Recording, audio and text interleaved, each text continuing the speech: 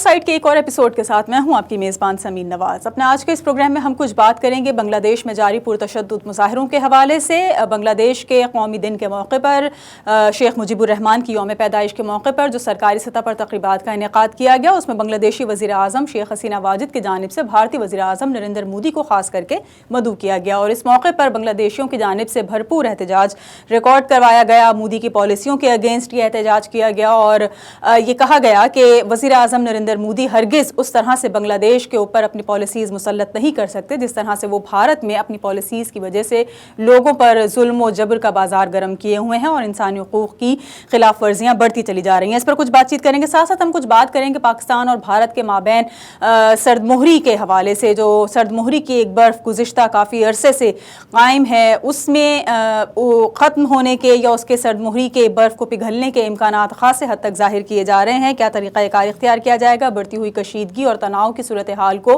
किस हद तक कम होता हुआ हम देखेंगे, क्योंकि हालिया दिनों में यानी 25 फरवरी को जो एक दोनों ममालिक के DGMOs के दरमियान एक सर्टिफिकेट पेश किया गया था और सीज़ फायर के मुश्तरका एलामिया से मुताल्लिक़ DGMOs की जानिब से 25 फरवरी को सीज़ फायर के मुश्तरका एलामिया के हवाले से तमाम तर सोच सामने आई है और ये कहा गया है कि जो 2003 की सीज़ फायर का मुआहदा था उस पर अब अमल पैरा होते हुए हमें नज़र आ रहे हैं और गुज़िश्ता 4 और 5 सालों के दौरान पहली मरतबा ऐसा देखा गया है कि LOC के ऊपर पाकिस्तान और भारत के दरमियान जो है वो कशीदगी नहीं देखी जा रही है। कितने दिनों तक ये सूरत हाल बरकरार रहेगी? क्या वाकई अब दोनों ममालिक के दरमियान ये अमन की जो सिचुएशन है वो कायम रहेगी या इसमें हम देखेंगे कि भारत की जानिब से एक कोई और साजिश आने वाले दिनों में नजर आ सकेगी? इस पर बातचीत करेंगे। इन दोनों मौज़ूओं पर गुफ्तगू के लिए हमारे साथ आज के इस प्रोग्राम में मौजूद हैं ब्रिगेडियर रिटायर्ड गज़नफ़र अली, जबकि ब्रिगेडियर रिटायर्ड हारिस नवाज भी हमारे साथ प्रोग्राम में शामिल होंगे। अपने दोनों मेहमानों से गुफ्तगू का बाकायदा आगाज़ करेंगे, लेकिन एक ब्रेक के बाद।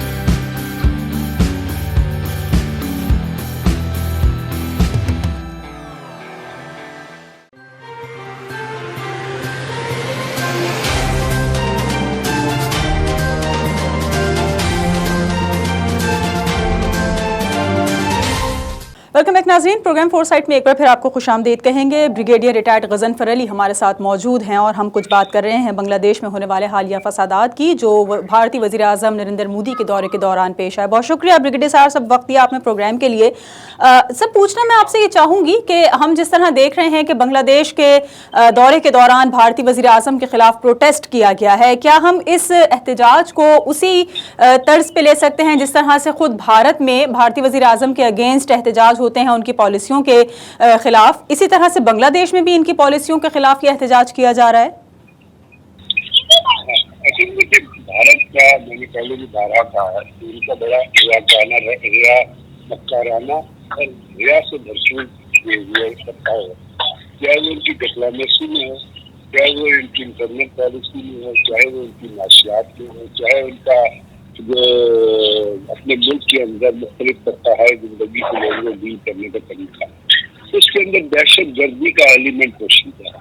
और आपने देखा कि पाकिस्तान के 23 मार्च के मौके पर मुझे नरेंद्र मोदी ने पाकिस्तान को लेटर लिखा, तो उसके अंदर उसने अपनी उस मलेच का, उसकी अपनी उस दहशत गर्दी का इजहार करने से वो बाद नहीं आए एक सेंटेंस से।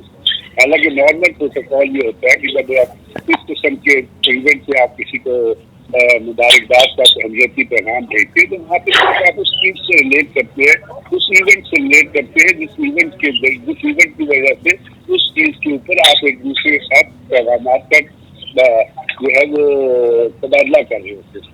अब बांग्लादेश के अंदर क्या है, एक तरफ तो ये कहता है कि मैंने बांग्लादेश की जो वो थी उसके अंदर हिस्सा लिया, वहाँ मैंने, अगर उसकी इस बात पे जाया जाए तो ये के कवानीन अगर आप पढ़े तो पाकिस्तान एक सॉवरेन स्टेट इस तरह से था कि उसके दो हिस्से थे, ईस्ट पाकिस्तान और वेस्ट पाकिस्तान। जिसको पूरी दुनिया ने तस्लीम किया था। तो नरेंद्र मोदी के खिलाफ as a prime minister war tribunal में वॉर क्राइम्स के तहत मुकदमा भी दर्ज किया जा सकता है इंटरनेशनल कोर्ट ऑफ जस्टिस में कि आप एक मुल्क के तोड़ने की साजिशों में शामिल थे। लेकिन दुनिया जिस तरह एटीट्यूड है दुनिया का, आप देख रही है कि आजकल या अमेरिकन पॉलिसी हो या यूरोपियन पॉलिसी हो, वहाँ पे जो हाईएस्ट लेवल से किसी जमाने में नॉन स्टेट एक्टर्स जो थे वो दहशतगर्दी किया करते थे, आजकल स्टेट स्पॉन्सर्ड टेररिज्म हो रहा है। और स्टेट स्पॉन्सर्ड टेररिज्म ने जिसको अमेरिका ने सपोर्ट किया, इराक को तबाह किया, लिबिया को तबाह किया, शाम को तबाह किया और इसी तरह अफगानिस्तान के अंदर तबाही फैलाई।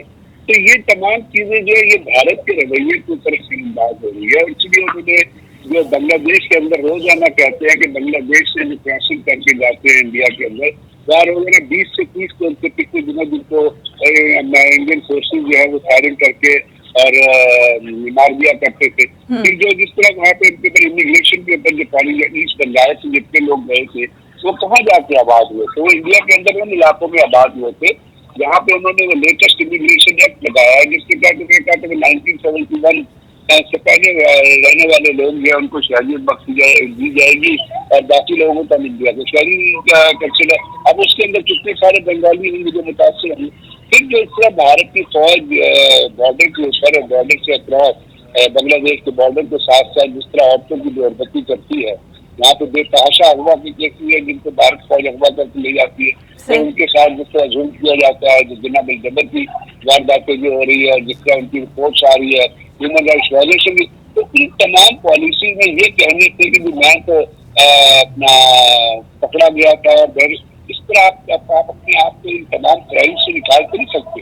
और भारत की जो पॉलिसी बांग्लादेश की तरफ बांग्लादेश बनने के बाद भी रही है, अगर आपको याद होगा तो मुजीबुर रहमान को जो कत्ल किया गया था, सुल्तान फारूक ने बाजू ने जो किताब लिखी है उसके तहत मुजीबुर रहमान के कत्ल का बेसिक जो मोटिव या बेसिक जो वजह थी वो भारत के जरिए ताल्लुकात जो मुजीबुर रहमान करना चाहता था। कल फारूक ने अपनी किताब में लिखा कि जब वो वहाँ से बांग्लादेश की औरतें अगवा हो रही थी, बांग्लादेश की जो मीशत में तबाह किया जाता, वहाँ की जो स्मगलिंग हो रही थी, उनके जो वहाँ की जो उनकी जो दौलत को लेके जाते हैं, उस तमाम के अंदर वो स्मगलिंग इन्वॉल्व थे, वो हाई लेवल के लोग इन्वॉल्व थे जिनके मुजीब के साथ ताल्लुकात थे। और उसका जो एडीसी था मुजीब था, उसने इस चीज को 12 पॉइंट आउट किया आर्मी चीफ को कि आप मुजीबुर रहमान से बात करेंगे, ये चीजें हो रही है। लेकिन आर्मी चीफ ने उनके से आर्मी चीफों से बात करने से इनकार कर दिया कि जी जो हो रहा है, तो उसकी वो उसके कत्ल की, उसके ही कत्ल की नहीं बल्कि उसकी पूरी फैमिली के कत्ल की वजह बनी। सही। अब ये तमाम चीजें लोगों की मेमोरी में तो रहती है ना। तो आज जो प्रोटेस्ट हो रहा है वो भारत के वही मक्काराना, दहशतगर्दाना, रियाकाराना, झूठ और तगल्लुस से और गलीज़ से मजबूत जो पॉलिसी है, चाहे वो उनकी इंटरनल पॉलिसी है, फॉरेन पॉलिसी, चाहे बांग्लादेश साथ है, चाहे पाकिस्तान की बात है, उसके ऊपर बेस करके ये प्रोटेस्ट जो है वहाँ पे किया जा रहा है। और लोग नरेंद्र मोदी को किस तरीके से वहाँ पे पसंद नहीं करते ना। वहाँ पे हसीना बाजी का उसने जो जुल्म ढाया हुआ है, वहाँ पे जो उसने अपना लॉज लगाए हुए हैं जिसके कारण वो भारत को बांग्लादेश का अपना अंदर का मामला है, लेकिन उसके अंदर इंटरफेरेंस भारत की तरफ से करना तो आई डोंट थिंक कोई गवर्नमेंट फॉर्म जो है उस चीज को कभी पसंद करेगा। सही। तो क्या हम ब्रिगेडियर साहब ये कह सकते हैं कि इस वक्त जो बांग्लादेशी प्रोटेस्ट कर रहे हैं वो दरअसल जो उनका मौक़िफ़ है या जो उनकी स्टेटमेंट है जिसमें वो कहते हैं कि शेख मुजीबुर रहमान का जो सेक्युलर बांग्लादेश बनाने के हवाले से जिद्दोजहद थी, मोदी की पॉलिसियाँ उसके बरक्स हैं, क्या हम इसको देखें कि वो इंडिया को डिनाई कर रहे हैं, या हम ये देखें कि अब जो फॉल ऑफ ढाका था, यानी अगर हम 71 के बाद की सूरत हाल देखें तो अब बांग्लादेशियों को शायद समझ आने लगी है कि जो भारत ने उनके साथ 71 में किया उसके आगे कोई ऐसे फ्रूटफुल रिजल्ट्स नजर नहीं आ रहे हैं, और जो कुछ भारत में ज्यादतियां हो रही हैं वही बांग्लादेश में मजीद उसमें इजाफा होता चला जाएगा। तो क्या गलती का एहसास हो रहा है बांग्लादेशियों को अपनी? देखिए, मैं तो ये पॉइंट रीएम्फसाइज करूंगा कि मुजीबुर रहमान का जो कत्ल था, मुजीबुर रहमान का कत्ल ही नहीं बल्कि पूरी फैमिली को मार दिया गया। हसीना बाजी बन गई क्योंकि वो वहां पर थी नहीं, और उसका जो कत्ल था वो किस वजह से था, सोचने की बात है। वो इसी वजह से था कि उस वक्त के लोग जो थे या जो उनका आर्मी चीफ जो कत्ल हुआ, जिसकी लाश उसी जगह पड़ी रही, एक वो जो वो अपना 5 घंटे तक जहाँ पे उसने बांग्लादेश की आज़ादी का ऐलान किया था, और वहाँ पे लोगों ने इवन ये भी हुआ कि वहाँ के जो लोकल थे उन्होंने इसके ऊपर आके कि चादर डालना भी गवारा नहीं किया, उस लाश को उठाना भी गवारा नहीं किया। तो ये जो कैरेक्टर थे जिन्होंने ये काम किया था, वो तमाम बांग्लादेशियों को तो पसंद नहीं था। लेकिन अब चूंकि मुजीबुर रहमान का कत्ल की वजह से अगर लोग समझ लें, तो वो ये समझ लेंगे कि भारत को कभी लाइक नहीं किया गया वहां पे, या भारत ने जो कुछ किया उसको कोई तशक्कुर की नजर से वहां पे, क्योंकि उसके बाद जो कुछ हुआ है और जो आज तक हो रहा है उसमें भारत बांग्लादेश को एक फ्लाइट स्टेट तस्वुर करता है। तो कहता है शायद ये हमारे गुलाम है और इनके ऊपर हम जो कुछ भी करें उसकी आजादी है। तो अब ये चीजें, तमाम चीजें जो है, और वो पॉलिसी जैसे अभी मैंने एक्सप्लेन किया कि इमिग्रेशन एक्ट के तहत जो लोगों को जुल्म किया गया है, जो उनको ना वो बांग्लादेश के शहरी है ना वो इंडिया के शहरी, अब वो कहाँ जाए?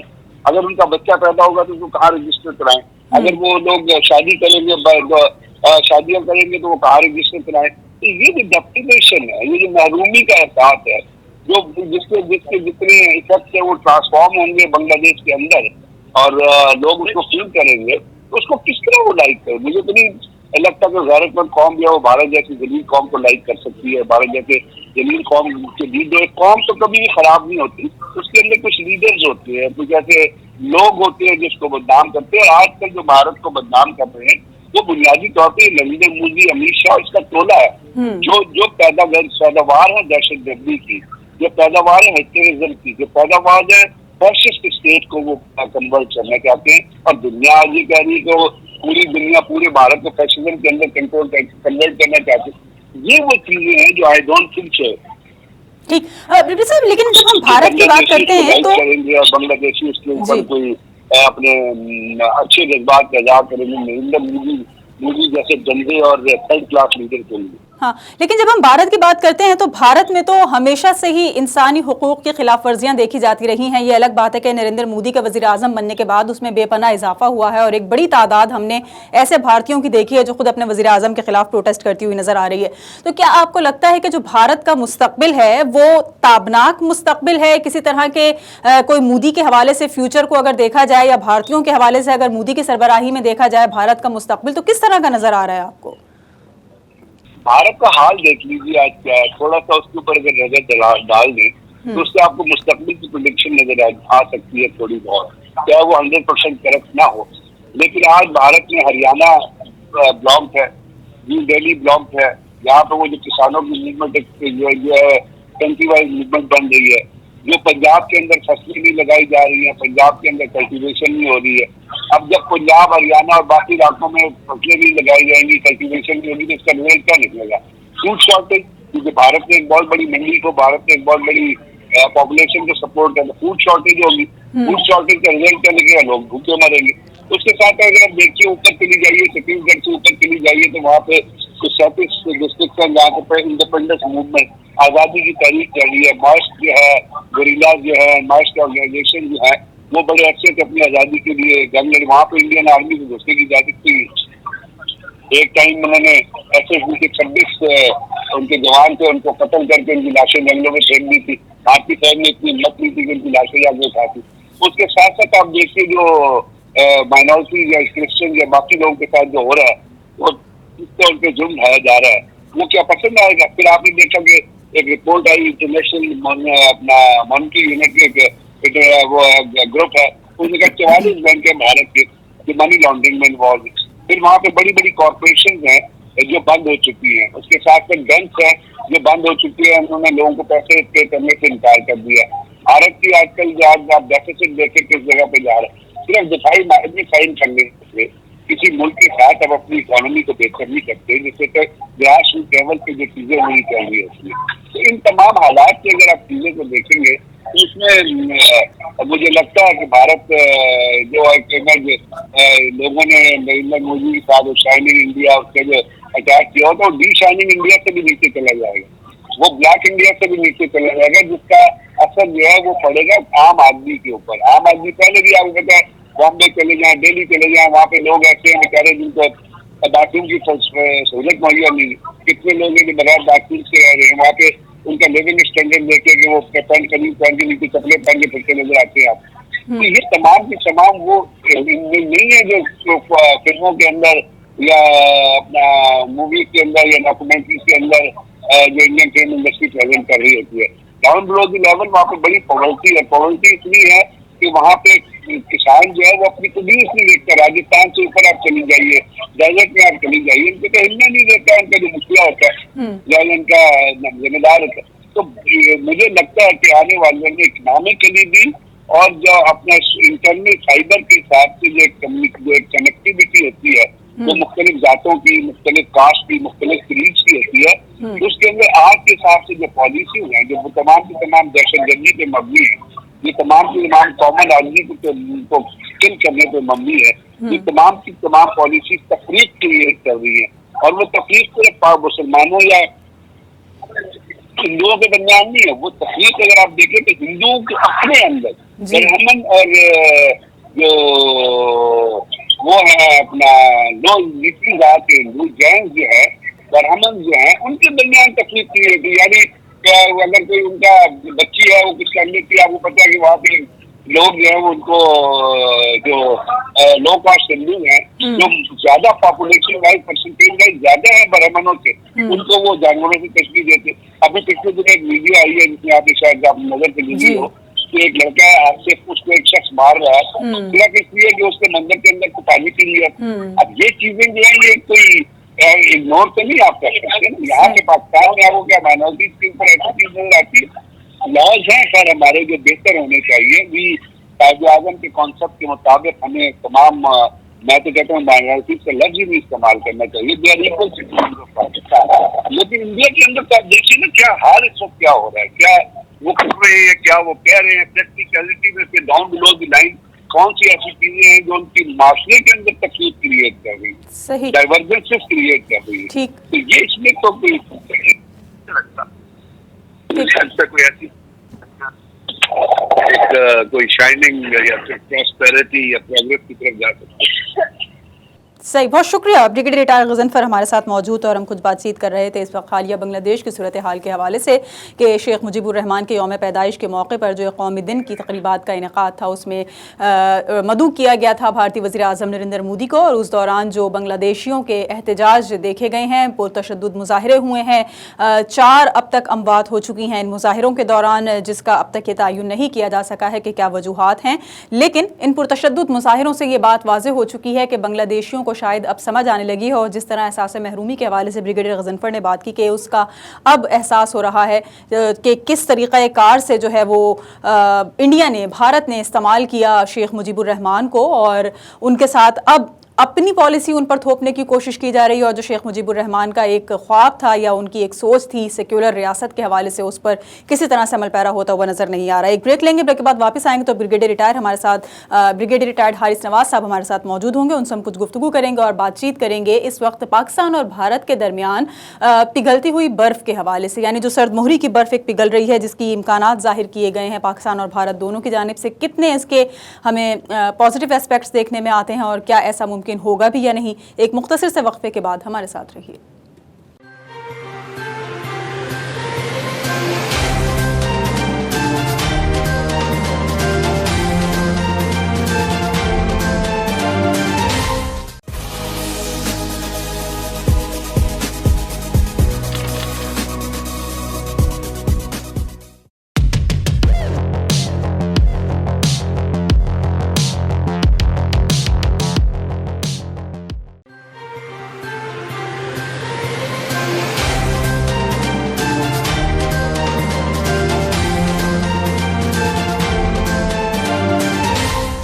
वेलकम बैक नाज़रीन, प्रोग्राम फोरसाइट में एक बार फिर आपको खुश आमदीद कहेंगे। और ब्रेक पे जाने से कबल जिस तरह से बात हो रही थी बांग्लादेश की सूरत हाल के हवाले से, वहाँ पर जारी एहतजाजी मुजाहरों के दौरान होने वाली अमवात के बाद अब कुछ जिक्र करेंगे पाकिस्तान और भारत के दरमियान ताल्लुकात के हवाले से।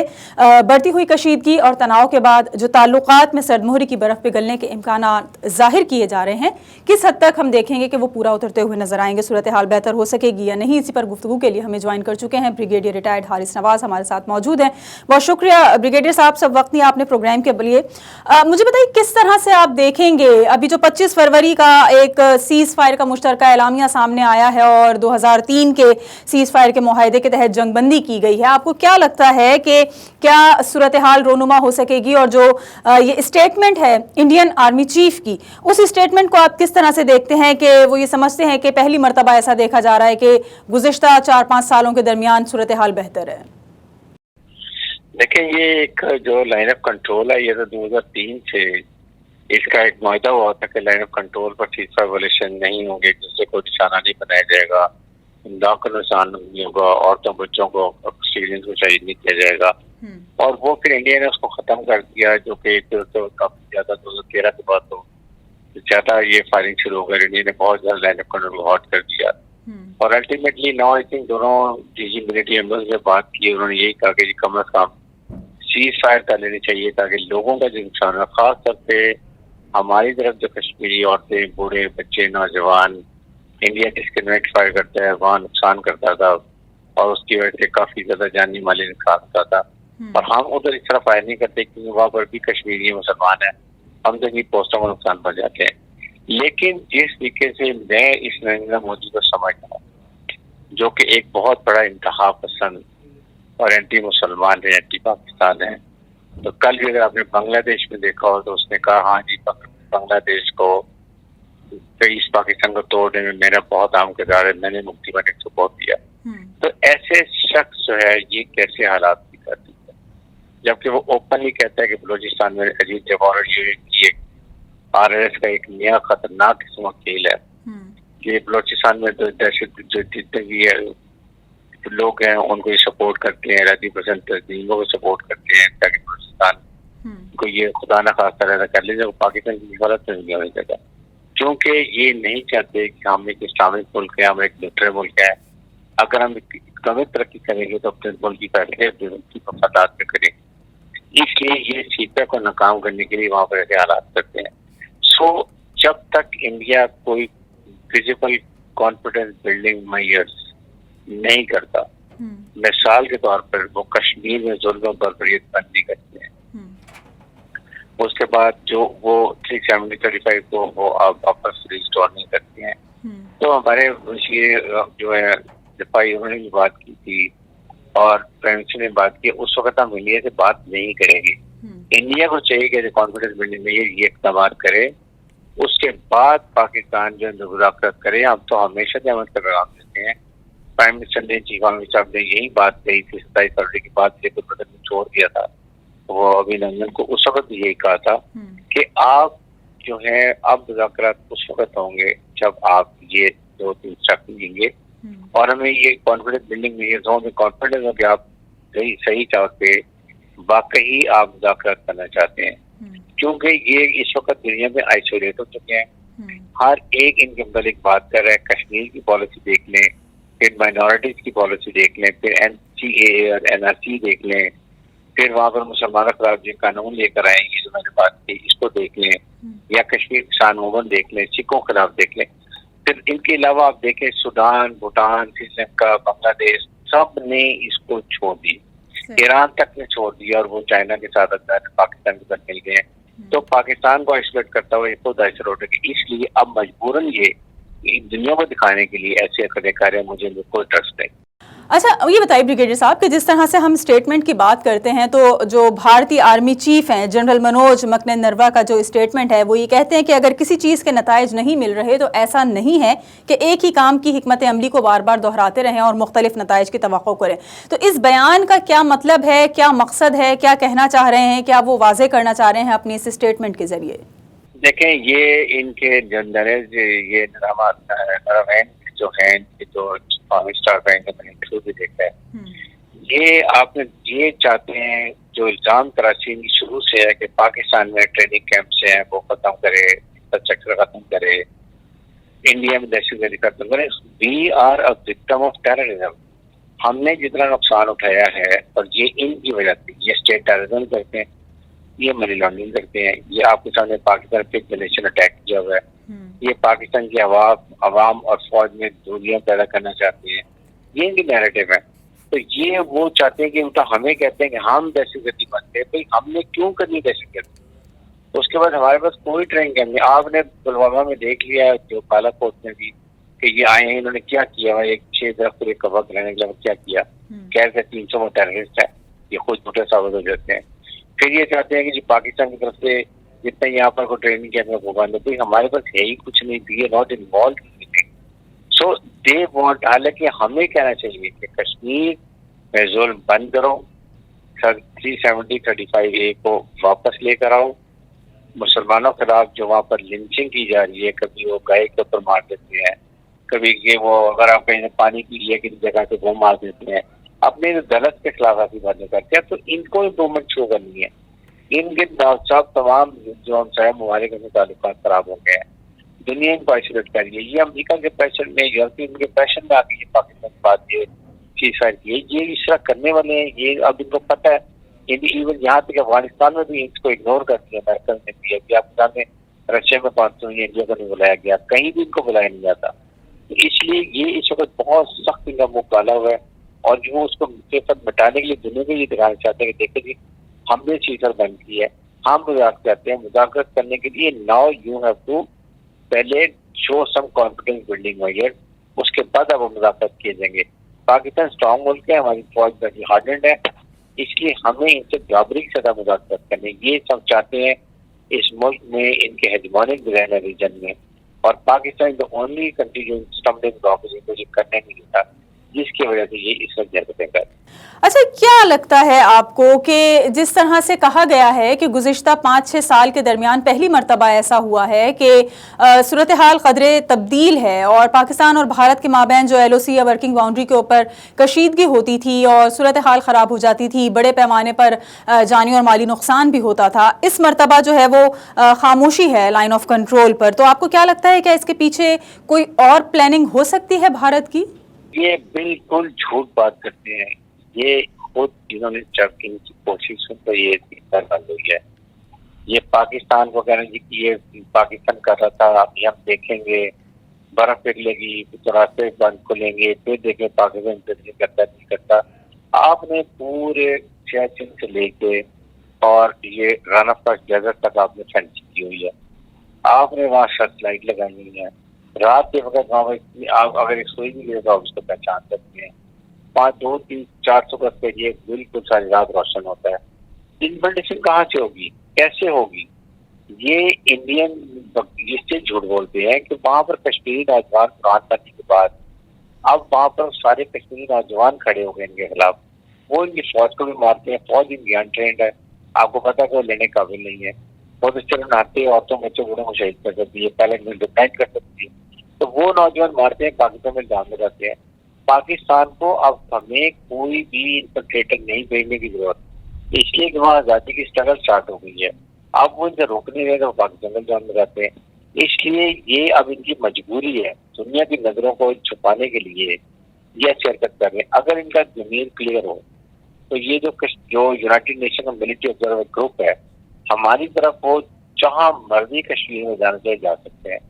ये उनको श्रीनगर से आगे नहीं आने देते, इसका मतलब है कि ये जुल्म कर रहे हैं। नौजवान जो कश्मीरी लोग, औरतें, बच्चे हैं, सब के सब इनके खिलाफ खड़े हो जाएंगे, वो एक एविडेंस आ जाएगी। इसलिए ना वहाँ पर जर्नलिस्ट को जाने देते हैं, ना ये अमेरिकन यूरोपियन यूनियन को लोगों को जाने देते हैं। 5-6 अपने मर्जी के लोगों को ले जाते हैं, उनको जिनको खरीदा हुआ है। ये जो आपने सामने आपको देखा था EU जो डिसल पर है क्रॉनिकल इंडियन, तो वो तो सारा आजाद कर दिया। अब इनके पास कुछ भी नहीं रहेगा, इसीलिए ये सिर्फ इस बात पर आ रहे कि हम दुनिया को बताएं क्या हम जाते हैं।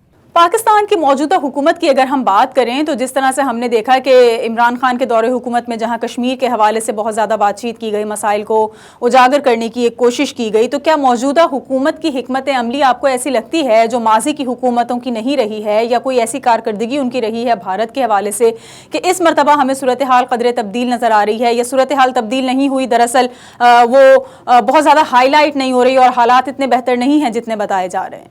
देखिए, कशीदगी बहुत पहले फायर हुई, 25 फरवरी के बाद फायर हुआ है। उससे पहले हमने हमेशा इनका जवाब पत्थर दीजिए अगर ये एक गोली फायर करते, लेकिन हम इनके बंकर्स को, इनके ट्रुप्स को निशाना बनाते हैं, हम सिविल आबादी को नहीं बनाते। जबकि ये फौरात चलाने के लिए ये काम करते हैं। हमारी अभी बड़ी क्लियर पॉलिसी है कि आप कश्मीर के हालात ठीक करें, वहां पर उनको आज़ादी दें, डेमोग्राफिक चेंजेस बंद करें, हिंदुओं को बात करना बंद करें, उनका कारोबार तबाह करना बंद करें, हर चीज की उनको आज़ादी दें, फिर आए मुज़ाकरे पे बैठें। और बैठेंगे तो खुल के बात होगी। आप ना आपसे अच्छी बात नहीं करते हैं, आप सर तरीके भी नहीं करते हैं, बट वाटर टेररिज्म आप कर रहे हैं। तो कहीं भी पाकिस्तान में पैसे कर रहे हैं। आपके सामने डीजी ISPR ने और हमारे फॉरेन मिनिस्टर ने कितना बड़ा डोसिया दिया है, जिससे सारे सबूत हैं कि क्या ये अफगानिस्तान पाकिस्तान में करते हैं, कैसे नई मलेशिया फोर्स बना रहे हैं। पाकिस्तान में जहाँ जहाँ चाइनीज एम्बेसी में हमले हुए, कराची में हमले, सब में इनके लोग शामिल हैं। और ये तो ऊपर ही कहते हैं कि हम पाकिस्तान में खुदा न खासा तोड़ेंगे। अजीत डोभाल, राजनाथ सिंह, अमित शाह और नरेंद्र मोदी, ये 4 का दहशतगर्दों का टोला है जो कि चाहते हैं कि पाकिस्तान को आराम से ना बैठने दे, पाकिस्तान को इस्लामिक तरक्की न करने दे। अब इनकी बारी है, ये हमारी कंडीशन पूरी करेंगे, हम इनसे मुज़ाकरात करेंगे, वरना हम इनके बगैर बहुत कुछ।